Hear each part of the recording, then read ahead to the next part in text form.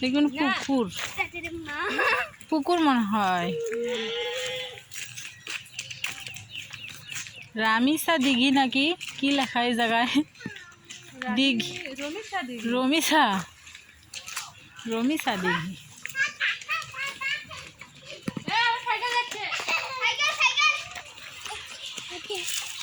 চলো চলো চলো। আর আশেপাশে যে কুরবানি হয়েছে তার যে গন্ধ, যে জায়গায় যায় সেই জায়গায় গন্ধতে অবস্থা খারাপ। কই গেল ওরা সব?